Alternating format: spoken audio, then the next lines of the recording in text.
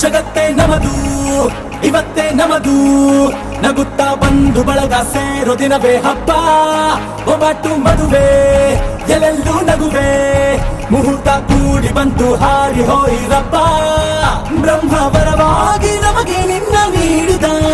ನಮ್ಮ ಯುವ ರಾಜ ನೀನೆ ಎಂದು ಹೇಳಿದ ಶುರುವಾಯ್ತು ಗಟ್ಟಿ ಮೇಳ ಸಡಗರದ ಹಾಸ್ಯ ಲಾಸ್ಯ ಆರಂಭ ಊರೆಲ್ಲ ಚಪ್ಪರ ಸಾರೋಣ ನಂಗುರ